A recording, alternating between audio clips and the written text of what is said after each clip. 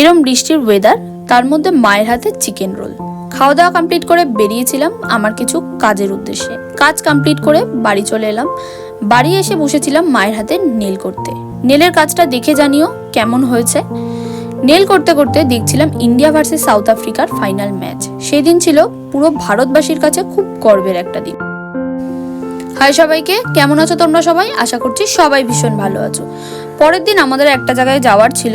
কোথায় যাওয়ার ছিল জানতে হলে দেখতে হবে পুরো ভিডিও। আমার ভিডিওগুলো তোমাদের কেমন লাগছে অবশ্যই কমেন্টে জানিও। গেটটা দেখে অনেকেই বুঝতে পেরে গেছো আমরা কোথায় এসেছি।